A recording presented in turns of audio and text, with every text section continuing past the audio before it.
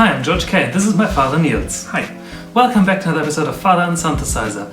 Today we have a failed experiment for you. So we wanted to build a tremolo in a guitar pedal format, and instead of just using a VCA and an LFO, we had to make it more complicated, didn't we? We tried to build one based on the Fender Brown Face tremolo on the Build Your Own Clone website. Correct. And first of all, let's check out what that sounds like. Right, so here we have the sound completely unplugged, no power.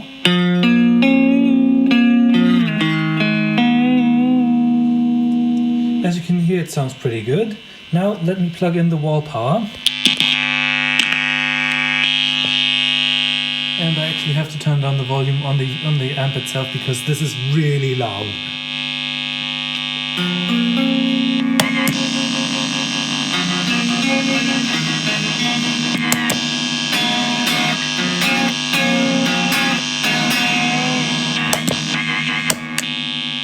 As you can hear, it also gets better when I ground it. Now let's plug in some battery power. And don't rip off the battery clip cable again. Yeah, try not to. Okay, this is bypass mode with battery power. And now, as you can hear, there is some noise. I'll turn back to the original volume again.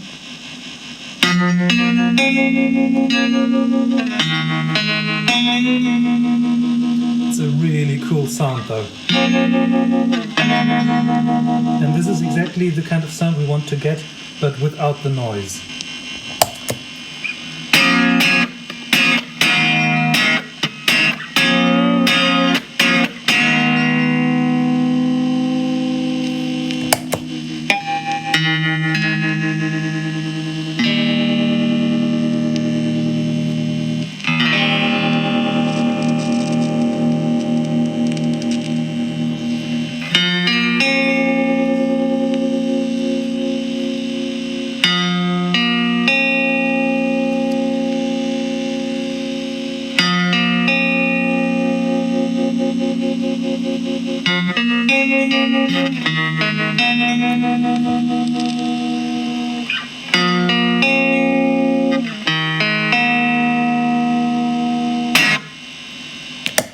Okay, now that you've heard the tremolo, let's talk about what we did to build this. First we built a prototype PCB, populated it, and we got some sound out of it.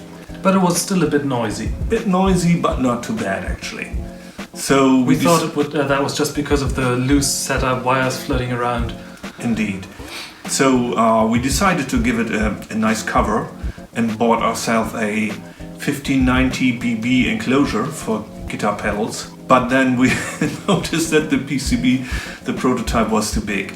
So back to the drawing board, and I had to shrink the PCB quite a bit. So we built a second prototype. And we also tried to make the 1590 BB case look nice. Yeah. So we tried some spray paints and, well, you saw the result. Right. Nice blue stripe, right? Yeah. Then next step was to put the smaller PCB into the enclosure, and finally the proud moment when we powered everything up and you heard the result. It was awful. Just dreadful. Yeah. So we thought, right, let's try and use a battery. Maybe it's the power supply, because we're just using one of those cheap 9-volt wall power supplies, no transformer or anything. Mm-hmm. And with the battery it sounded much better. Yeah. But there was still too much noise. Way too much noise. I don't know how it is in the original, but it's too much for me. I don't think it sounds as nice as it could. Although the overdrive was quite nice, which is not in the original. That's something we discovered in the PCB, that you could actually add a switch for some overdrive.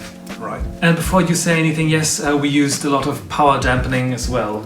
We used a 10 ohm resistor in line with the power supply and a huge capacitor to filter. But it didn't change anything. It is, as you may have heard, the noise you get is even depending on the duty cycle or on the frequency of the LFO. So you have a little bit influence on that, but yeah, that should not be the case. Which just means that the noise is coming during the input stage, or at least before the filter VCA stage. Right. So it might be the filter stage. We don't know exactly where it's coming from. Yeah. Now, how exactly does this module work, Niels? Yeah, well, it starts with a field effect transistor input stage, and that stage feeds into a low pass and a high pass, which are followed by a VCA each, and the VCA outputs are mixed together to build the module output. Now, and then you have an LFO, which generates a sine wave based on the frequency of the speed potentiometer. This sine wave is then split into two. One side is flipped 180 degrees, and those are input on the CV input on the VCAs, which just means when the low pass filter VCA is up, the high pass is down, and vice versa. So you get this really nice harmonic phasing tremolo effect. right, that's quite beautiful. It's a nice concept. I like it.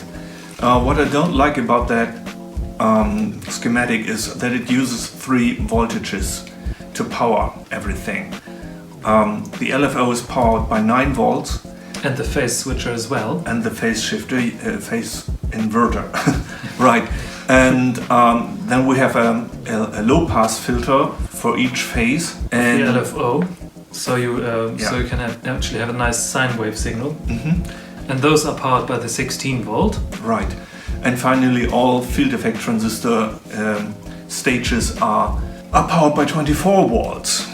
So you need a way to create all those voltages from your 9 volt battery or power supply, and the original does it by using a CMOS 7660 switching device that uses a few capacitors and diodes to generate all 2 auxiliary powers. We didn't have that chip at that time. No. So we were using a cheap step-up DC-DC converter we got from China.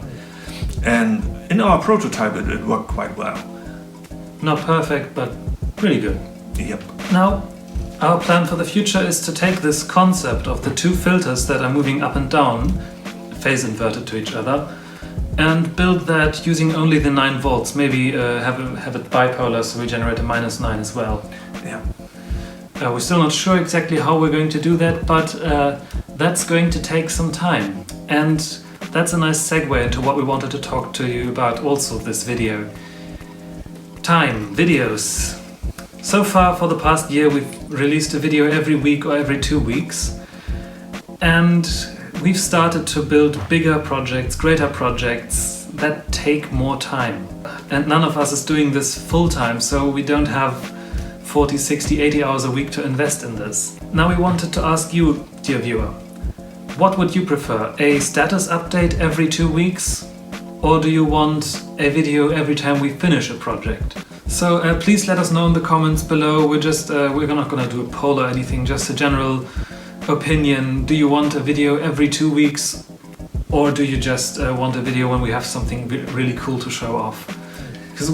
So in other words, we're happy to show you an update on what we are doing every 2 weeks, but we cannot promise to have a finished project every 2 weeks, right? So it's up to you, viewers, and we will listen to you. Do you want to see the updates, or do you want to see finished products? And that's been all for today. Thank you very much for watching. Please remember to like, comment and subscribe and all of that YouTube stuff. Ring the bell. We'll be here again, maybe in 2 weeks, maybe when we finish the product. But thank you anyway for watching. See you then. And remember, stay curious.